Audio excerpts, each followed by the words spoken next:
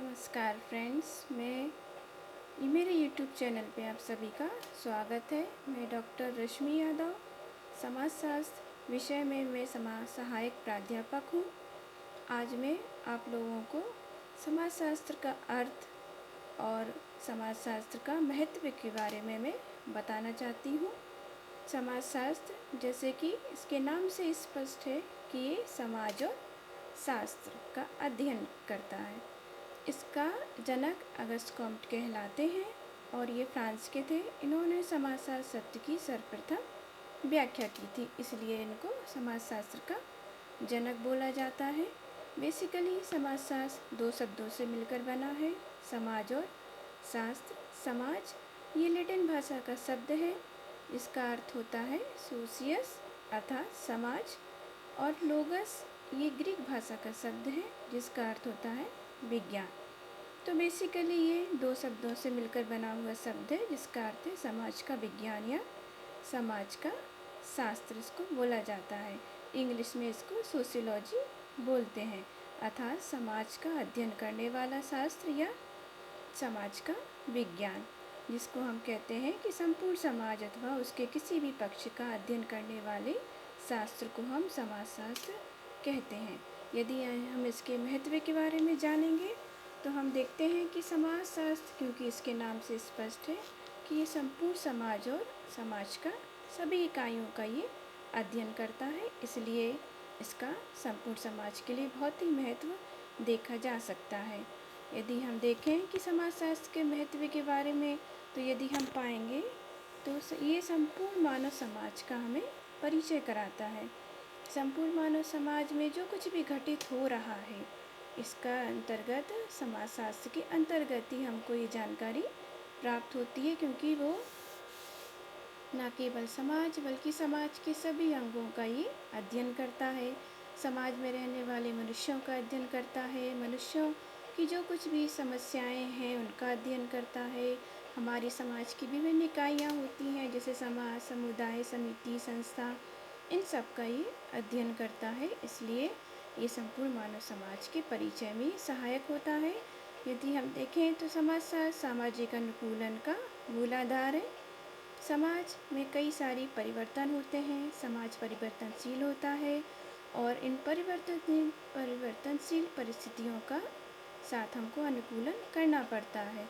तो समाजशास्त्र उन सभी परिवर्तनों का अध्ययन करता है। उन परिवर्तनों से मनुष्य कैसे अनुकूलन स्थापित कर सकता है, उस परिस्थितियों का भी अध्ययन इसमें किया जाता है, क्योंकि अनुकूलन से ही सामंजस्य होता है, सामंजस्य से ही आप सामाजिक संगठन बना रहता है। तो ये समाजशास्त्र के अंतर्गत सामाजिक अनुकूलन करने में हमको ये सहायता देता है।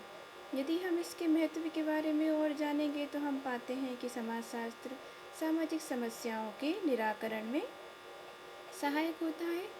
बहुत सारी सामाजिक समस्याएं होती हैं, जैसे गरीबी, भ्रष्टाचार, बेरोजगारी, घरेलू हिंसा और भी बहुत सारी सामाजिक समस्याएं हैं जो आजकल हमें दिखाई देती है समाज में।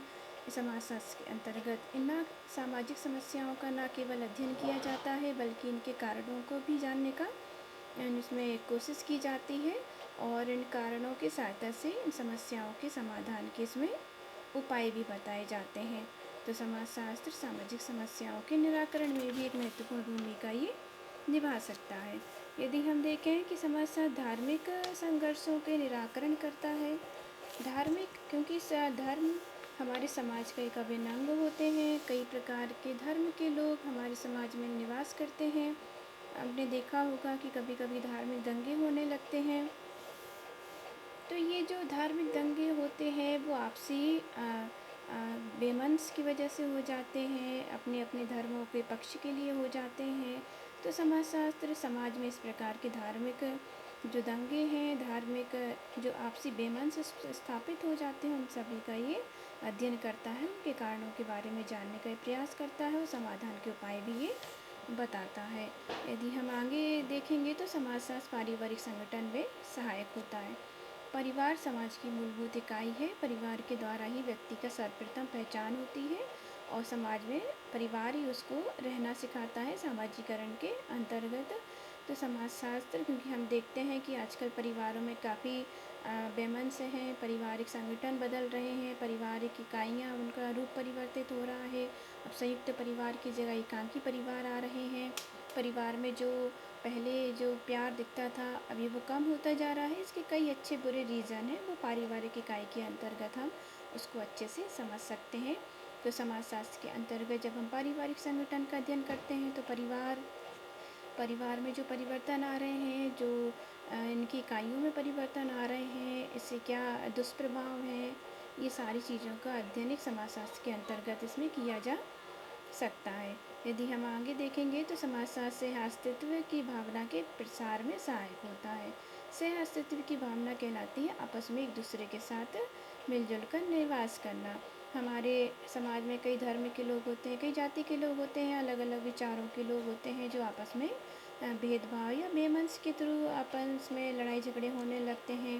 तो ऐसी कई सारी परिस्थितियाँ आती हैं जब व्यक्तियों में संघर्ष होने लगता है किसी भी विषय को लेकर। तो जब संघर्ष ज़्यादा बढ़ जाता है, सामाजिक अध्ययन होते हैं, तो समाजशास्त्र के अंतर्गत उन संघर्षों को जानने का इसमें प्रयास किया जाता है, उनके कारणों को जानने का प्रयास किया जाता है और उसके उपाय भी इसमें बताए जाते हैं। यदि हम आगे जाएंगे तो हम देखते हैं कि समाजशास्त्र का व्यावसायिक महत्व भी बहुत ज़्यादा है, क्योंकि हमारे समाज में कई सारे व्यवसाय हैं। यदि हम आदिम युग से देखें तो आज के युग तक सामाजिक बहुत परिस्थितियाँ बदल गई हैं, व्यवसाय भी बदल गए हैं। जैसे जैसे व्यवसाय बदलता है, हमारा सामाजिक संगठन भी बदलता जाता है, रूप बदलते जाते हैं, लोगों का रहन सहन बदलता जाता है। तो ये समाजशास्त्र के अंतर्गत ही हम व्यावसायिक परिवर्तनों को समझते हैं।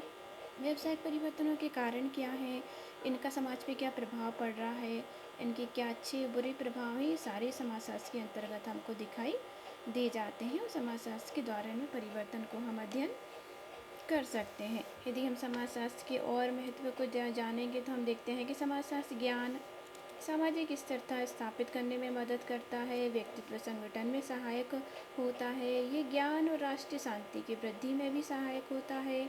समाजशास्त्र ज्ञान जो हमारा समाजशास्त्र है व्यावसायिक चुनाव में सहयोग दे सकता है। समाजशास्त्र सामाजिक संबंधों का विकास करने में भी सहायक होता है, समाज कल्याण और श्रम कल्याण में सहायक होता है, सामाजिक अंत्य क्रियाओं का ज्ञान कराता है।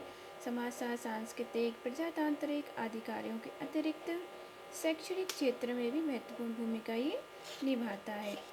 समाजशास्त्र के कई महत्व हैं, क्योंकि समाजशास्त्र का मतलब ही होता है कि समाज और समाज की संपूर्ण इकाइयों का एक क्रमबद्ध व्यवस्थित और वैज्ञानिक अध्ययन समाजशास्त्र के द्वारा किया जाता है। और जब सभी इकाइयों का वो अध्ययन करेगा तो उनमें जो कुछ भी परिवर्तन है, समस्याएं हैं, उन सबका वो अध्ययन करता है और सारी अध्ययन के अंतर्गत हमको उन चीज़ों की ज़्यादा से ज़्यादा जानकारी प्राप्त होती है। तो समाजशास्त्र का बहुत अधिक महत्व है। यदि भारत में समाजशास्त्र के महत्व को हम देखें तो समाजशास्त्र भारत के संदर्भ में समाजशास्त्र का ज़्यादा